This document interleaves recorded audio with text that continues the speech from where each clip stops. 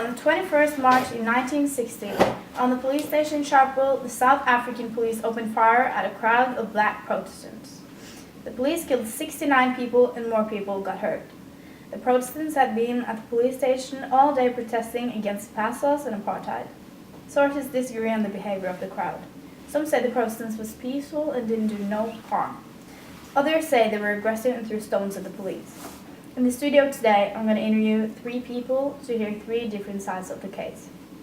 So, Dingane Elkobi, you were one of the Protestants who was there yesterday. What did you protest against? We demonstrated against the pass laws in South Africa. They are designed to segregate the population and limit severely the movements of the non-white populations. This legalization could be one of the dominant features of the apartheid system. Why were you attending the protest? Well, mainly to prevent the rights from getting worse, which they would be if the government successfully introduced the pass laws. Also, to get rid of the apartheid completely. Hopefully, we will manage to get the equal rights as the white in the near future. But why did the police start shooting at the demonstrators? By 10 a.m. yesterday, a large crowd gathered at the police station. The atmosphere was initially peaceful and festive. Fewer than 20 police officers were present in the station at the start of the demonstration. The crowd grew about twice the size in a short time. The police were armed with guns. I'm pretty sure no one of the demonstrators were armed with anything else than rocks, relatively small rocks. The airplanes approached to within 100 feet of the ground, flying low over the ground to attempt to scare it. Some of the protesters responded by hurling a few stones. It was complete chaos. One police commander was thrown on the ground.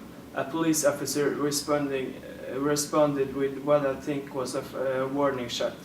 Other officers didn't know where the shot came from, so they started shooting as well. Thank you, Mr. Elkobi. Now, Mr. Marshall, you were one of the police officers who was there yesterday. What do you personally think was the reason of this tragedy? I believe that the main reason was that black people has been unfairly treated by the South African Authority in a long time.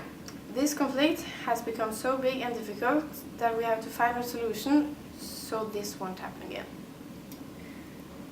All right. We've been told that one of your colleagues was the one who started shooting. Is this true? Yes, it's true, and it's extremely tragic because he's a good friend of mine. And he started to work for the African police just about 2 months ago, and therefore he has very little experience with such events. And he got very nervous and felt threatened by the demonstrators. And when he heard the warning shot, he thought it was the real and reacted to it by shooting too. Right. When the police started shooting, you walked away. Why did you disagree with your colleagues who shot at the demonstrators? I really don't know, but I got such a horrible feeling that told me I couldn't shoot innocent people. And I just couldn't pull the trigger because of the feeling I got when I do something wrong. I see. Thank you, Mr. Marshall. Now, Professor Osaka, what do you think was the reason of this massacre? The reason for the massacre was apartheid. Apartheid was a political direction that the South African government led to separate the ethnic groups. The purpose of apartheid was that every culture would be given the opportunity to develop and become more independent. But that doesn't sound bad. What does it have to do with the massacre? The massacre started when the Afro-Americans found out that the system wasn't used to improve the different ethnic groups, but in practice used to keep the white population economic, political and cultural domination. Alright. Thank you to Dingane Elkobi. It was nice being here. Thank you too. Thank you, Mr. Marshall. Thank you. And thank you, Professor Osaka. Thank you too, it was nice meeting you guys. Have a great day. Have a great day for all your viewers as well.